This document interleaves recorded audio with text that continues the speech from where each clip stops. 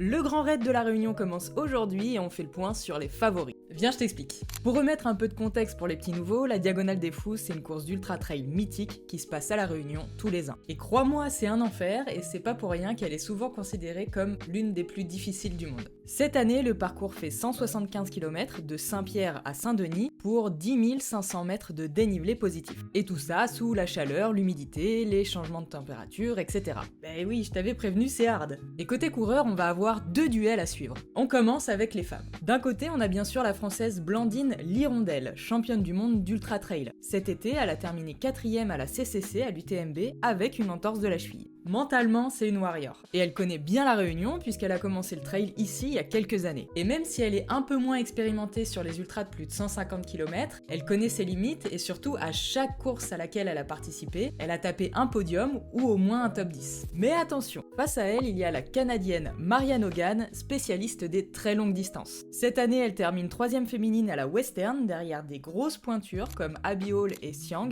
donc c'est du très haut niveau. Et ajoutons à ça que Marianne est en super forme et elle est hyper constante. Donc j'avoue que même si j'aimerais bien que Blandine gagne, je mets quand même une pièce sur Marianne. Ensuite, on passe aux hommes. Et là aussi, on va avoir un duel hyper intéressant. D'un côté, on a Ludovic Pomeray. Cette année, il termine 6ème à l'UTMB et premier à la Hard Rock pour la 2e fois consécutive. Pour cette édition, il est logiquement l'un des grands favoris, d'autant qu'il est bien physiquement. Il a déjà gagné la Diag avec 4 podiums au compteur, donc c'est un gros client, même si c'est vrai qu'il a enchaîné pas mal de parcours exigeants cette année. Et face à lui, il y a l'américain Ben Diman. Pour rappel, Ben Diman, c'est 2ème à l'UTMB devant Ludovic et premier à la Lavaredo cette année. Il connaît aussi très bien le Grand Raid, puisqu'il a participé 3 fois avec 2 podiums à la clé, et c'est un véritable spécialiste des grandes distances exigeantes, donc la concurrence avec Ludovic va être incroyable. D'autant que Ben a une motivation supplémentaire parce qu'il est papa de jumeaux depuis quelques jours, donc il se pourrait qu'il se sente pousser des ailes. Dis-moi en commentaire ce que t'en penses, si tu vois d'autres prétendants au titre. Moi je file, abonne-toi et surtout prends soin de toi.